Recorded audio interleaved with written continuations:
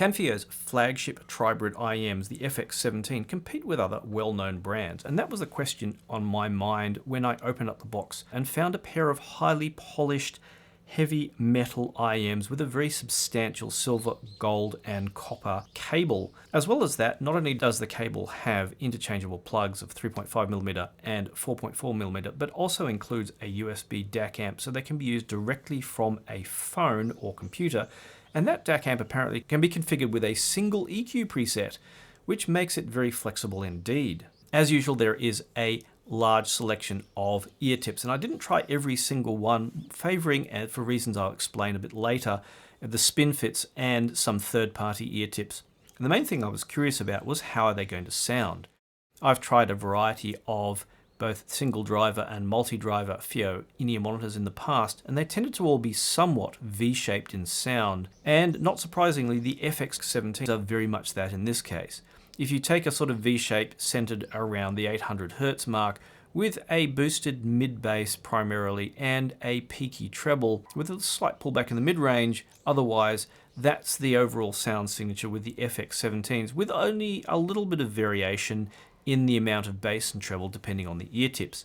And that's because the S-Turbo unit, which contains the dynamic driver for the bass, does limit the effect of ear tips while improving the sound quality of the bass overall. Typically, in-ear monitors with a bass driver firing directly into the main chamber where all the drivers fire together can be strongly affected by the ear tip selection and nozzle width. But with the S-Turbo system, since the nozzle width is already selected internally, that means that ear tip selection, especially depending on nozzle width, has very little effect on the amount of bass you get with the IEMs.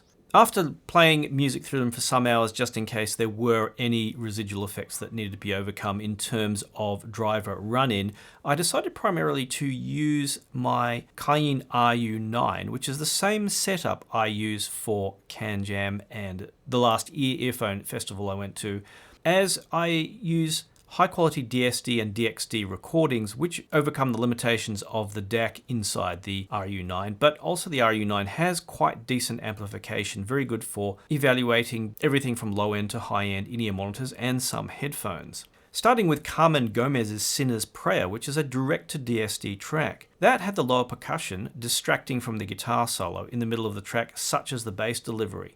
More modern music tends to have substantial mid-bass, unlike stuff going back, some decades. And so when combined with a boosted mid-bass, as the FX17 does have, it can be a bit too much of a good thing. I think it was maybe because of this it was hard to enjoy the bass, despite it being the quality bass from FiiO's S-Turbo unit. Now that bass delivers double bass plucks quite well, and on the other end of the spectrum, the commonly used quad EST setup did allow me to hear some nuance of the cymbals, as I would expect at the $1,500 price level, but all the decay of the notes wasn't quite as clearly present as I had heard from some higher end IEMs costing $2,000 or more. So it was about on par for what I expected at this kind of price. Similarly, I was listening to Yoko Mabuchi's delivery of Miles Davis's So What, which was recorded live. It wasn't as easy to make out the space of the venue to the degree that I'd heard from some flagships costing, more than double as much, such as the Visioneer Zen.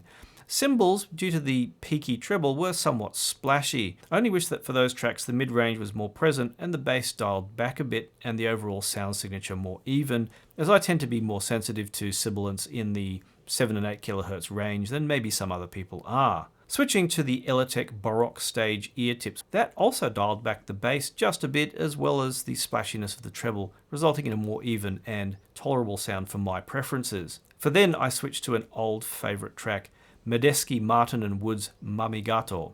It's a very fast track which can trip up gear quite easily, and the FX17 kept up easily with this sprawl of simultaneous instruments. I then remembered that the FX17s come with that aforementioned USB DAC extension for the included cable, and replayed the Mamigato using that. The result was a bit smoother, taking the edge off the treble, much as what I presume these Cirrus Logic DACs and these things do. The sacrifice, however, was, not surprisingly, the amount of detail, with everything sounding a bit blunted and the bass sounding a bit woolly. Going back to some more tracks, the percussion in Feists, the bad in each other, was still quite impactful, and you could hear the space around the drums, but the vocals and other instruments were somewhat blurred together by the USB DAC. That had me curious how the same track would be through FiiO's own QX13, which is a very resolving doggle DAC on its own.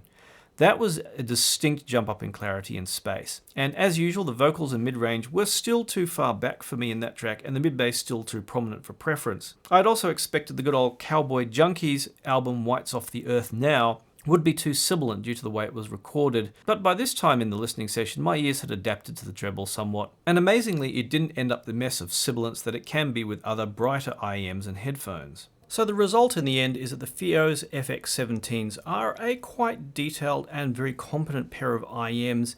For me, they're too much of a V-shape in sound signature to be something I would use regularly, but if you're after a typically V-shaped pair of in-ear monitors and you like that particular kind of tuning, then the FX17 could well be for you, as they seem to be good value considering all the accessories and the quality of materials that you get for the $14.99 asking price.